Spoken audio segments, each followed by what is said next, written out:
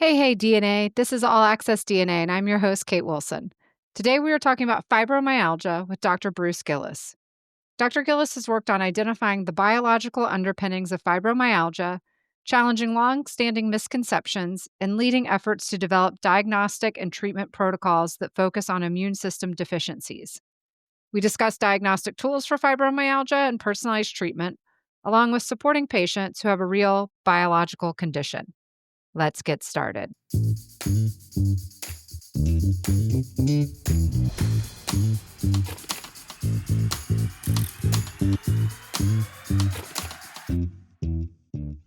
Hi, and welcome to All Access DNA, Dr. Gillis. We're excited to have you. Well, I'm very, very pleased to be able to participate with you and your audience. Thank you. And I'm excited to chat with you on a subject I don't know too much about.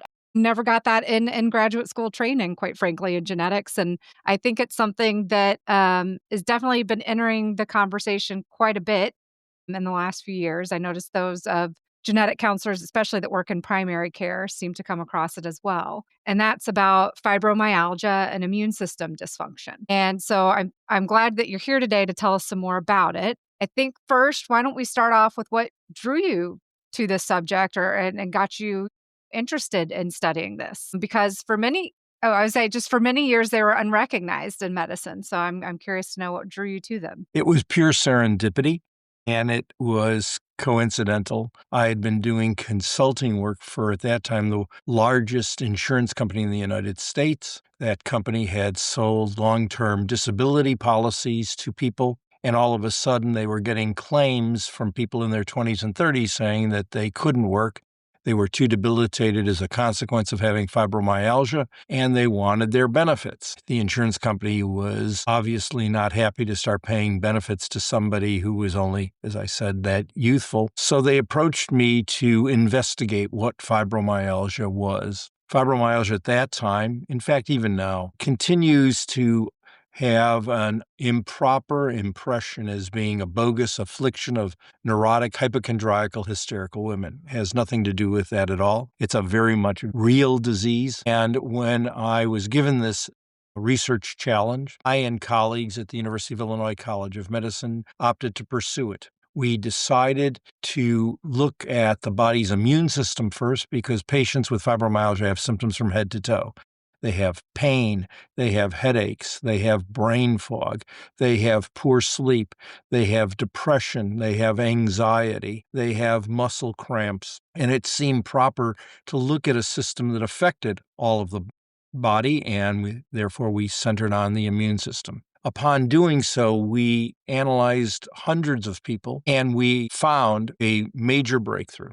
We learned that fibromyalgia, which, by the way, is a totally made-up name. There is nothing wrong with the fibrous or connective tissue of these people, nor the myalgic or muscle tissue of these people. These people have an immune system deficiency where a certain type of white blood cell fails to manufacture normal quantities of 4 critical proteins. To your listeners, I'm sure they know about white blood cells. They learned about it most likely in elementary school, just like they learned about red blood cells. And as a consequence, they know that the white blood cell somehow protects their health, fights off infections, allows them to live a generally healthy life, but sometimes those white blood cells can malfunction. For example, you could have a process called autoimmune diseases, like in rheumatoid arthritis or lupus or type 1 diabetes, where variations of immune system cells stop functioning normally. In fibromyalgia, what we found is that this one particular white blood cell, which is called a peripheral blood mononuclear cell, it's a mouthful, I'm sure, isn't able to manufacture these proteins. These proteins are called MIP1 alpha,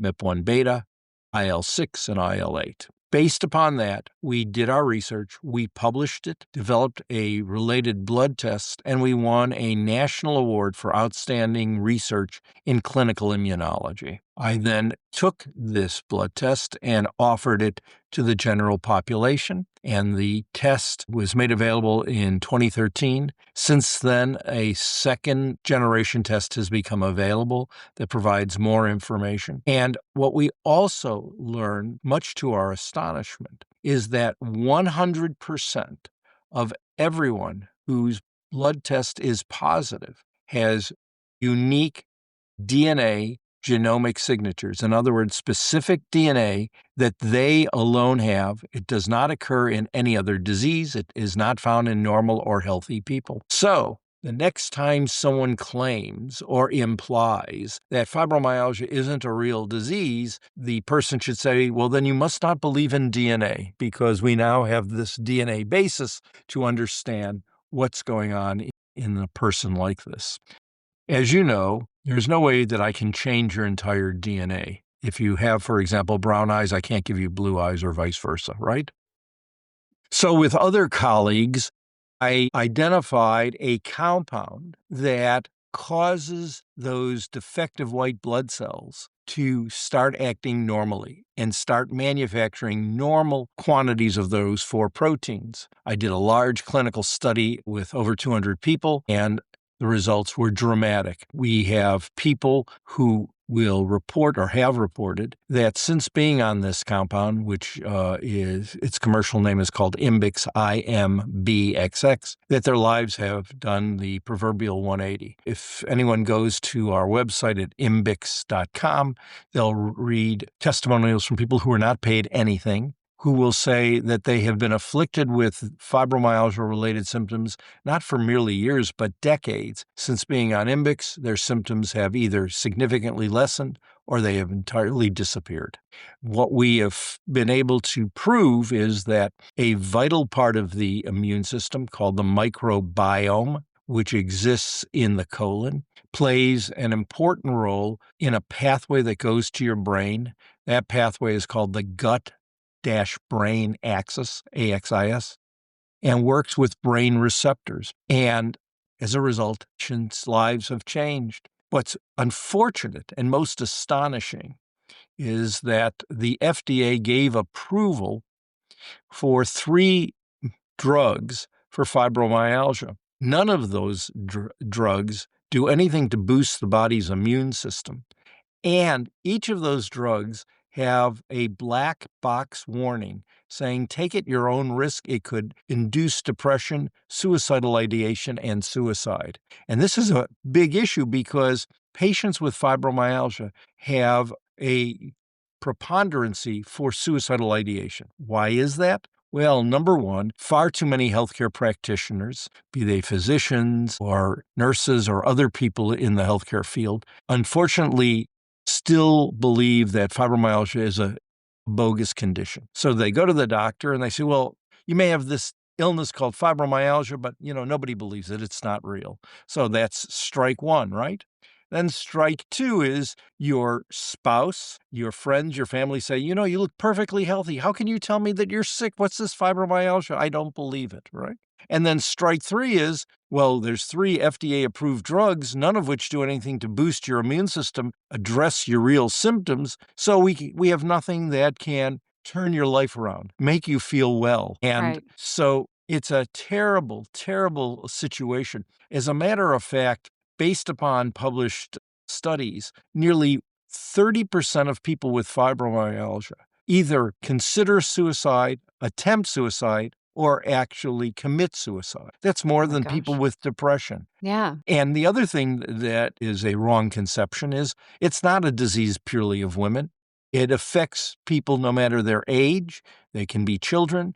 There's no gender specificity. There is no racial specificity. There's no ethnic specificity. It can affect anyone. And in another study that we did at the University of Illinois, we found that people who develop long COVID, nearly 9 out of 10 people who develop long COVID, are found to have the same fibromyalgia abnormalities as exists in fibromyalgia, which means that the fibromyalgia pathway may be triggered by a virus. And you could get that virus anytime in your life because your DNA changes as time goes by. That is called the process of genetics, EPI, epigenetics, where The DNA that you might have now in your 40s, 50s, 60s, 70s, or 80s is a little different than what it was when you were a youth. A good example to understand this is what happens to a young person who goes out in the sun, gets a sunburn, and 30, 40, 50 years later gets skin cancer.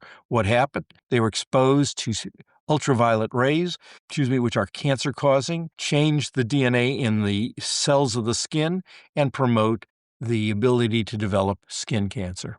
And we would talk about those as being kind of these somatic changes, right? Things that you're acquiring throughout your life. But Absolutely. Absolutely. You're right. correct. So they wouldn't be necessarily in the egg and the sperm cells. So that's why there's some of these changes that happen throughout life, but you may not see them running in a family. But there Correct. could be some things. So I did want to kind of add that clarification. And I mean, you've just given so much information. I was like, there's so many questions that are popping up in my head right now. I'm here to answer them. I'll do my Well, best.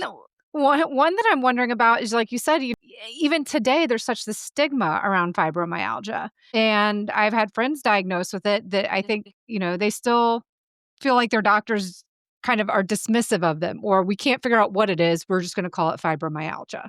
How has it been with the medical community, as you coming in as an MD, as a physician saying, "Here's what we're looking, here's what we found." Have you met resistance still from the Oh medical my community? God, have I met resistance. Not only that, based upon our studies, I have been victimized because there's an economic benefit not to accept our science, not to consider using the IMBIX, not to use the test. Why is that? Well, one of those FDA-approved drugs was selling at a level of $5 billion a year. Here I come along with colleagues at the University of Illinois threatening their economics. In fact, when we presented our research to the annual convention of the American College of Rheumatology, we met with representatives of that drug company, and I thought they had daggers in their eyes when they were talking with me because they saw me as a threat. And Mhm. I firmly believe that because of economics, people have gone after what we have found. I represent what I stand for. And so I have had to deal with that. But I can withstand it. It's the people with the disease who are really harmed, okay? When am interviewed, I always ask people, do you have an open mind? Are you willing to understand that fibromyalgia, based upon science, is an actual medical disorder, that it has an immunologic basis, that it's related to DNA pathways? Or is your only hope to try and sling mud at the disease and me and others in this field for purely economic reasons? And people suffer. But what you allude to is called fibroskeptics, people who don't believe the disease exists, et cetera. And as I've just told you, we have been able to do peer-reviewed, published research to prove this, including in some of the most important medical journals in the world. For example, the DNA research was published in Nature, which is one of the top 5 medical journals in the world, and there's 30,000 medical journals, and this is number 5.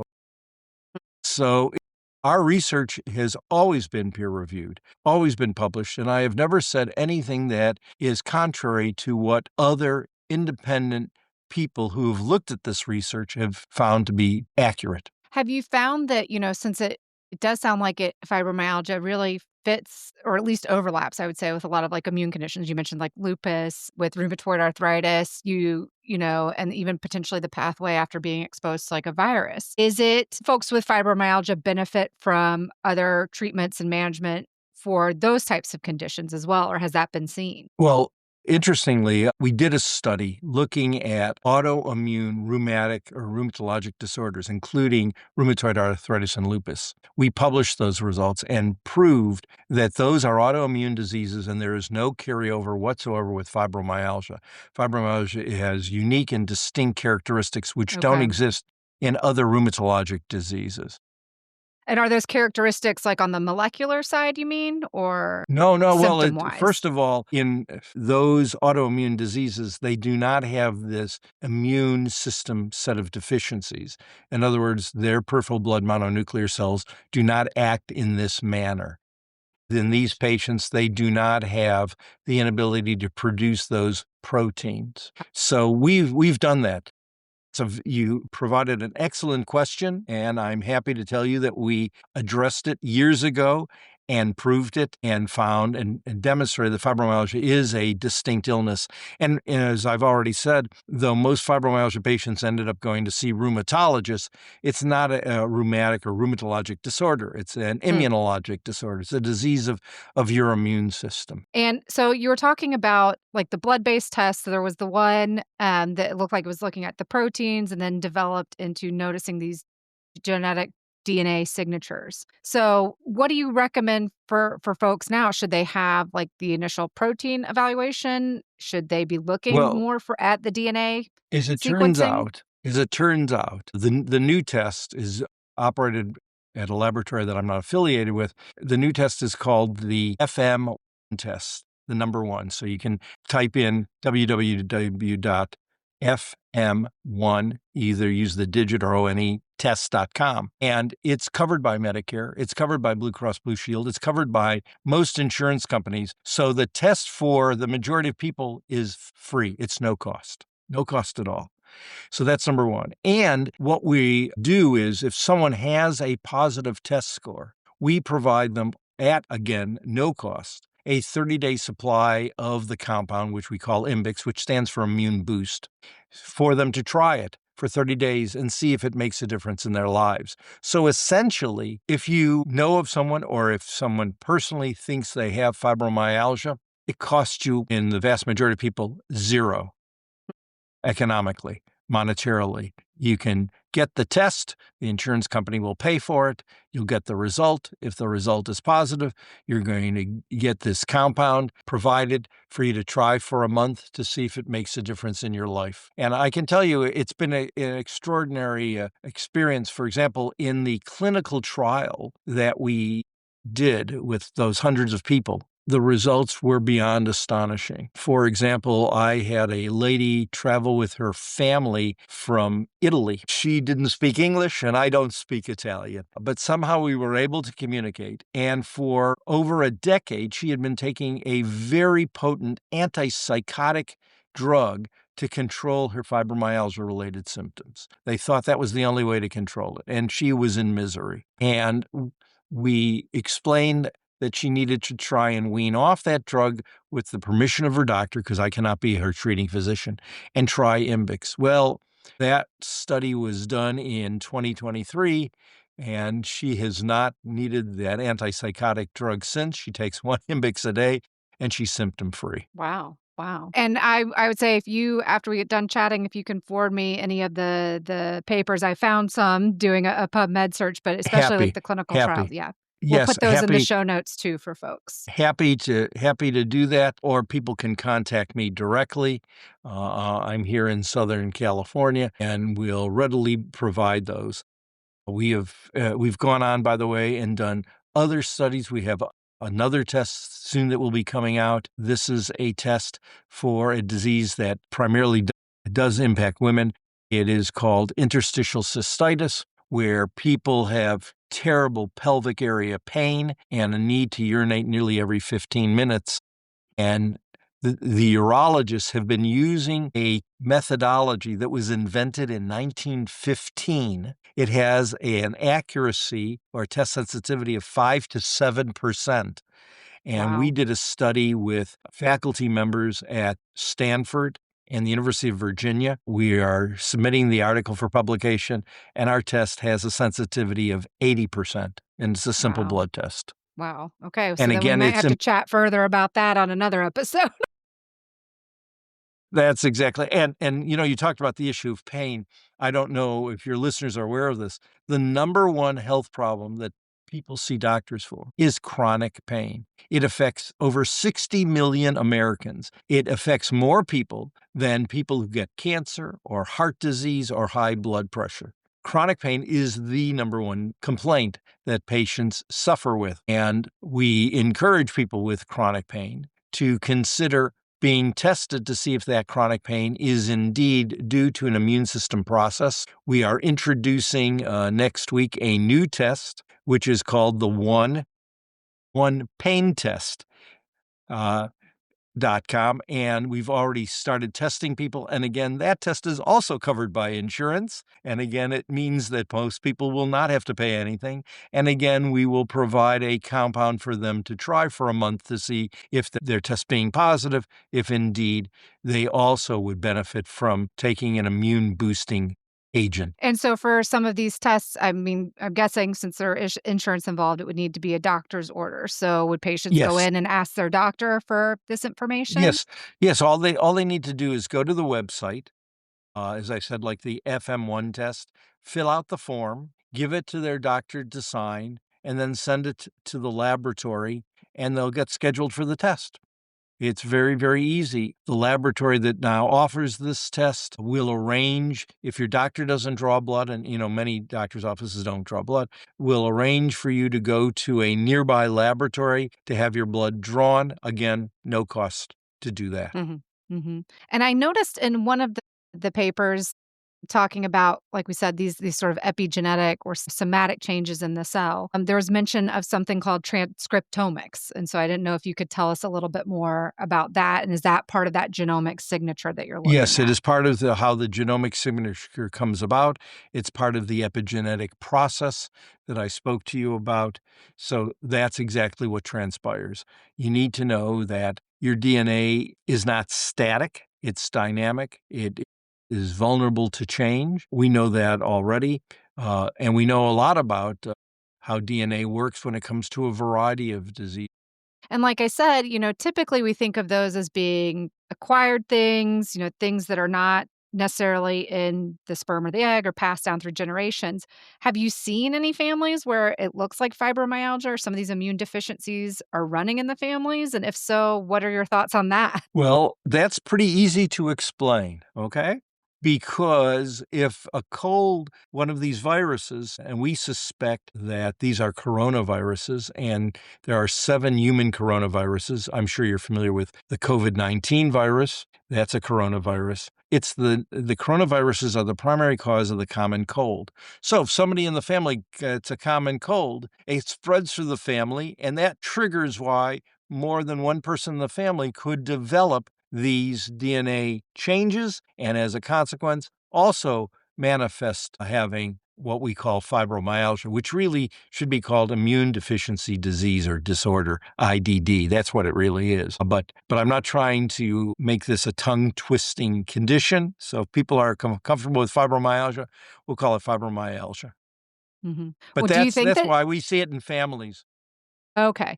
So it's a shared environment, right? So it's a shared kind of Absolutely. like starting Absolutely. factor. Got it. Absolutely. Do you think like a name change would convey the it is an actual condition? Or I mean, I think it's challenging too when you change names in the medical world if something's been known as one thing, you can't necessarily rebrand it as it were. But I wonder would that help maybe My goodness, you have no idea how hard I've tried to say to people, just call it IDD, immune deficiency disease. IDD, that's easy, right?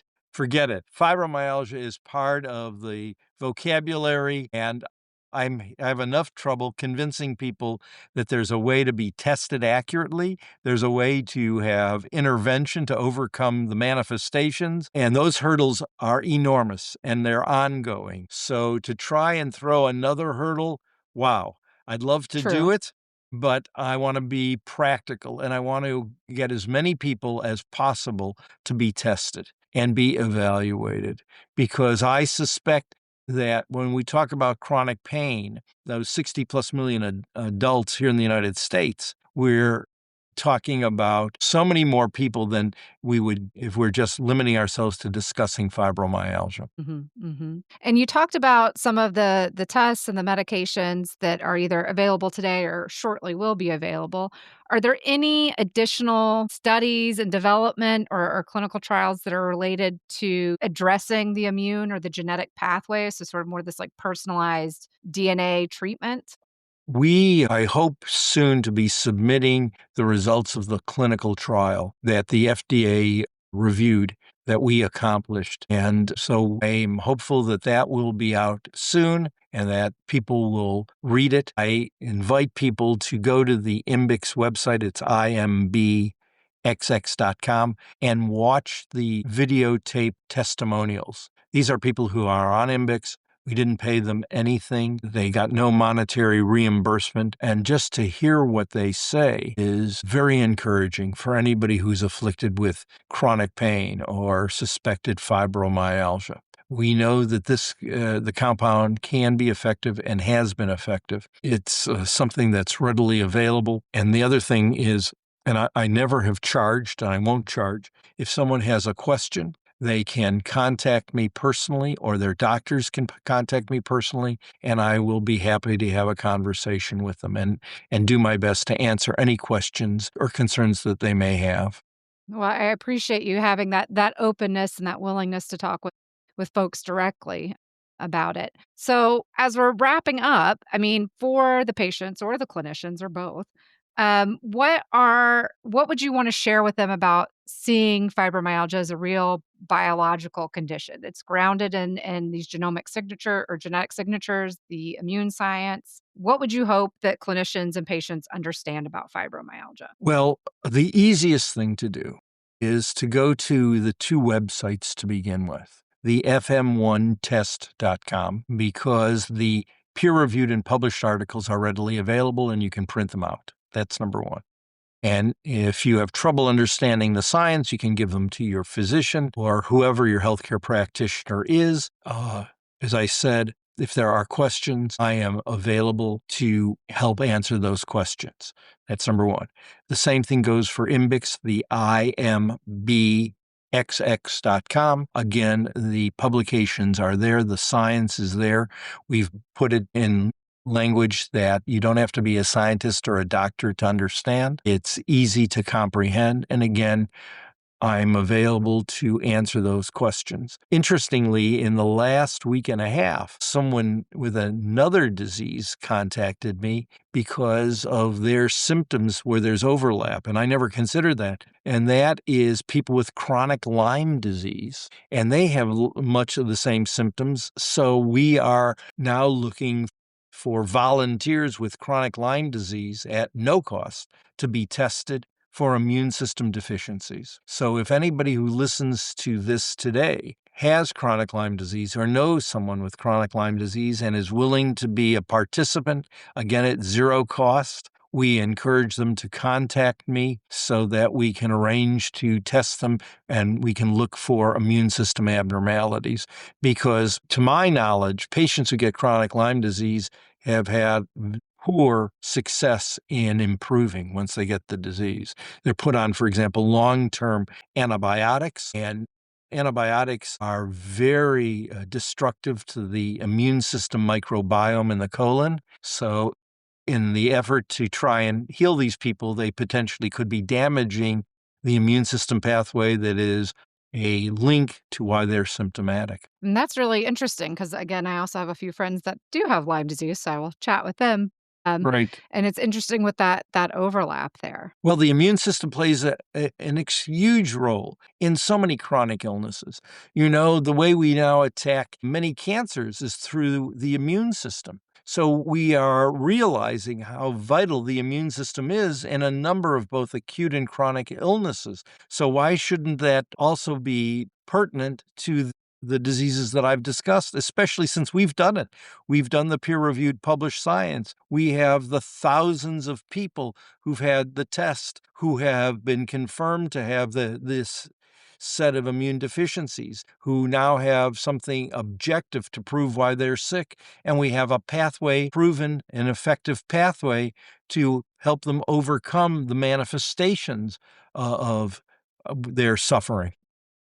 Well, I mean, I appreciate you coming on and talking about this because, like I said, it's an area that I don't think there's enough conversation around. And when you hear it kind of just out and about, especially as somebody coming from a medical profession, the overall consensus is we're still not really sure what it is and we don't really know what to do with it. And it sounds like that is not the My case. God, I call that the dark ages of medicine. Yeah. Okay. All Yeah. Well, right. and this is where we hope to get it with the medicine, right? Is finding these answers, finding these treatments, and we're there. So we need to get it out there and have people Exactly. recognize it. I Yeah. mean, exactly. We have this, we're not trying to take lead and turn it into gold. We're not alchemists, okay?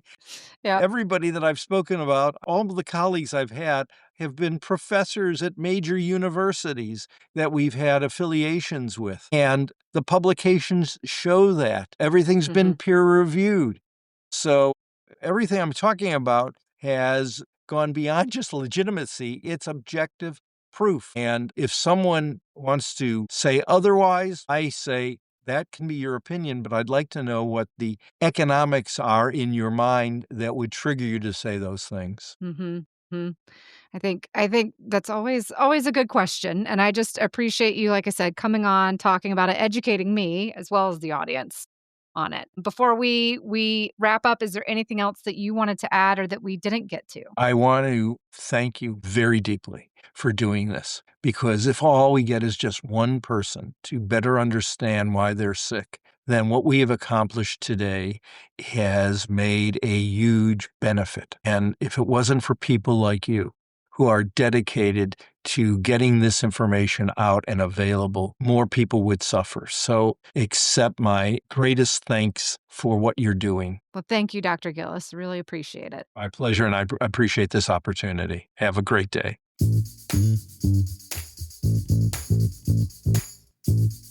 For more information about this episode, visit allaccessdna.podbean.com, where you can also stream all episodes of the show.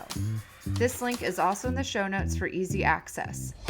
Any inquiries on the podcast can be sent to allaccessdna@gmail.com.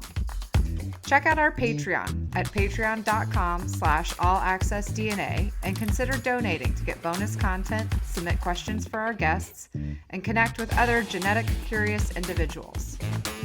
Note that this podcast is for entertainment and education and is not intended to be a substitute for professional medical advice. Please consult your physician with any questions you may have regarding your health. Please rate and review the podcast on Apple, Spotify, or wherever you listen. This helps other people like you discover the show. All Access DNA is hosted, produced, and edited by Kate Wilson. The logo design is by Designs by NKJ. Thanks for listening, and join us next time.